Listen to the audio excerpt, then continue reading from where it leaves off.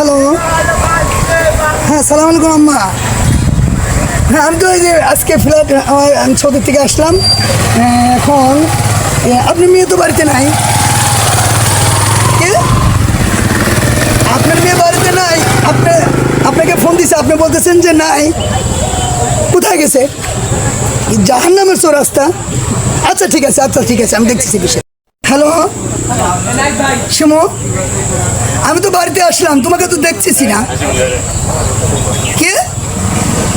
আরে আমি আসলাম বিদেশ থেকে, তোমাকে দেখতেছি না। তুমি বলতেছো জাহান্নামের চৌরাস্তা। তোমার মাকেও ফোন দিলাম, তোমার আম্মু এই কথা বললো। ছি, তুমি কোথায়? আরে আমাকে বলো না, আমি তোমাকে ওখান থেকে মোটরসাইকেল তুলে আনতেছি। কি কেটে দিচ্ছে? ওই যা শিব বন্ধু, ওই যে ওখানে। দেখো এত মজার মধ্যে ছাগলটা ফোন দিয়ে কিন্তু আমাদের মজাটাই কিন্তু নষ্ট করে দিল, তাই না? তবে যাই বলো, তোমার সঙ্গে ঘুরে আমি যে মজাটা পাই, আজকে 4-5 বছর ওর সঙ্গে সংসার করে কিন্তু আমি সেই মজাটা পাইনি, জানো? আসলে কি করবা বলো, এখানে কিছু করার তো নাই, ফোন তো দিবে এটাই সব। এখন শুধু পারতেছি না এই আবর্জনাটা গিলে খাইতে, আবার ওগুলা ফেলাই দিতে। এখন যেভাবেই হোক ওকে একটু উগলানোর ব্যবস্থা করা লাগবে, তাই না? ওকে তুমি না বললে যে জাহান্নামের চৌরাস্তা, এখন এখানে দেখছি। হ্যাঁ কি? এই তুমি আমার কোটি টাকা খায়া আর অন্য ছেলের সাথে তুমি ফিলিং মারতেছো আর বলছো জাহান্নামের চৌরাস্তা। এই পাগল, তোমার কি হাতে কোনো কাজ নাই? তুমি সারাক্ষণ আমার ফলো করো, কি কে আসে না বলছে? কেন? তুমি আমার স্ত্রী, তোমাকে অধিকার নিয়ে তুমি অন্য ছেলের সাথে ঘুরতে আসছো আর তুমি বলছো জাহান্নামের চৌরাস্তা। হ্যাঁ আমি তোমার স্ত্রী। এই তুমি নিজেকে একবার দেখো আর আমাকে তাকায় দেখো। এই কখনো কি ওর সঙ্গে বাঁচা? হ্যাঁ আমার কোটি টাকা ছিল, আমি তোমাকে দিয়েছি, আজকে বলতেছো তোমার সাথে আমার মানে না।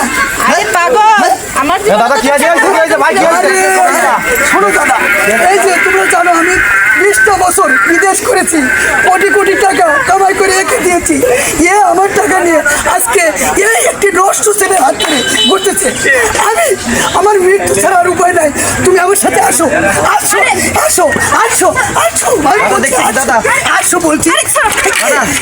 বিষয়টা দেখো আমার সাথে এমন করো না তুমি, প্লিজ।